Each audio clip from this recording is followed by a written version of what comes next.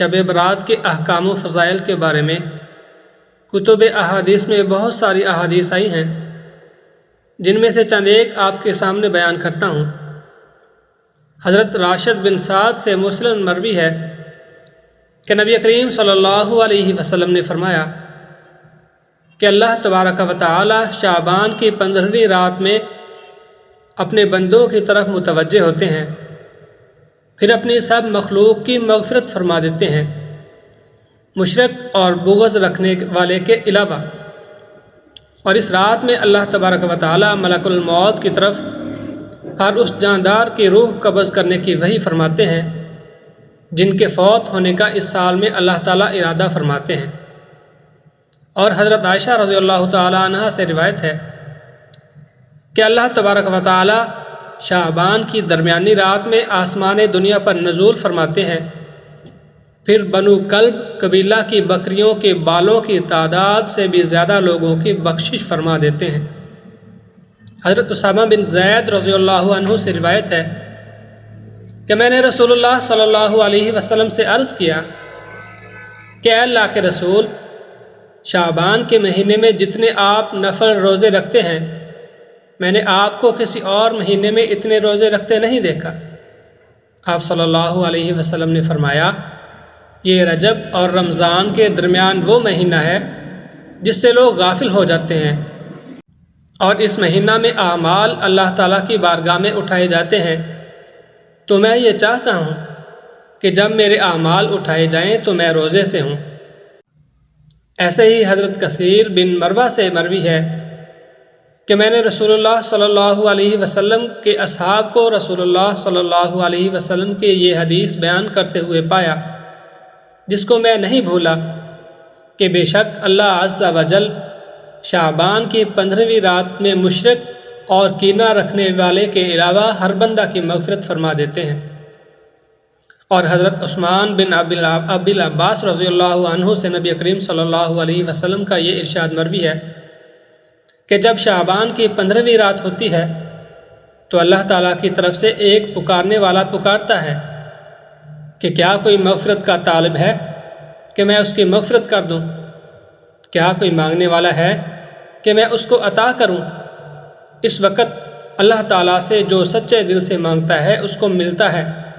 مگر بدکار عورت اور مشرک کو نہیں ملتا۔ حضرت کثیر بن مروہ سے ایک روایت میں یہ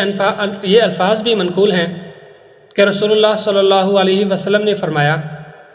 بے شک آپ کے رب شعبان کی 15ویں رات میں اپنی مخلوق کی طرف خصوصی رحمت کے ساتھ متوجہ ہوتے ہیں، اور مشرک اور قطع تعلق کرنے والے کے علاوہ سب کی مغفرت فرما دیتے ہیں۔ اسی طرح ایک اور روایت میں ہے کہ اس رات میں تمام مخلوق کی مغفرت کر دی جاتی ہے سوائے 7 لوگوں کے: مشرک، والدین کا نافرمان، کینہ پرور، شرابی، قاتل، شلوار کو ٹخنوں سے نیچے لٹکانے والا اور چغل خور۔ ان 7 افراد کی اس عظیم رات میں بھی مغفرت نہیں ہوتی جب تک کہ یہ اپنے جرائم سے توبہ نہ کر لیں۔ ان احادیث کریمہ اور صحابہ کرام رضی اللہ تعالی عنہم کے عمل سے ثابت ہوتا ہے کہ اس رات میں تین کام کرنے ہیں۔ نمبر 1،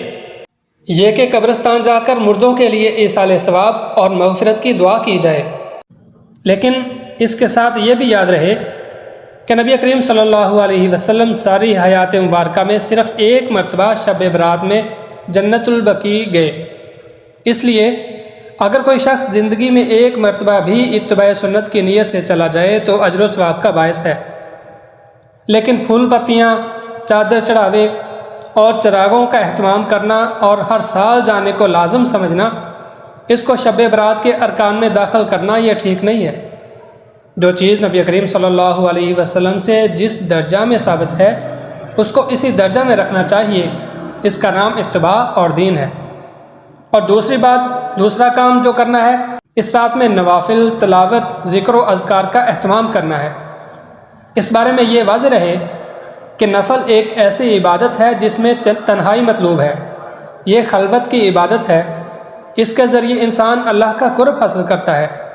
لہٰذا نوافل وغیرہ تنہائی میں اپنے گھر میں ادا کر کے اس موقع کو غنیمت جانیں۔ نوافل کی جماعت اور مخصوص طریقہ اپنانا درست نہیں ہے۔ یہ فضیلت والی راتیں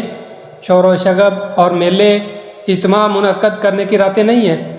بلکہ گوشہ تنہائی میں بیٹھ کر اللہ سے تعلقات استوار کرنے کے قیمتی لمحات ہیں۔ ان کو ضائع ہونے سے بچائیں۔ اور تیسرا کام جو کرنا ہے وہ یہ ہے کہ دن میں روزہ رکھنا بھی مستحب ہے۔ ایک تو اس بارے میں حضرت علی رضی اللہ تعالیٰ عنہ کی روایت ہے، اور دوسرا یہ کہ نبی کریم صلی اللہ علیہ وسلم ہر چاند کے مہینے میں 13، 14 اور 15 کے روزوں کا اہتمام فرماتے تھے۔ لہٰذا اس نیت سے روزہ رکھا جائے تو باعث اجر و ثواب ہوگا۔ اور باقی رہا اس رات میں پٹاخے بجانا، آتش بازی کرنا اور حلوے کی رسم کا اہتمام کرنا، تو یہ سب خرافات میں شامل ہے۔ شیطان ان فضولیات میں انسان کو مشغول کر کے اللہ کی مغفرت اور عبادت سے محروم کر دینا چاہتا ہے، اور یہی شیطان کا اصل مقصد ہے۔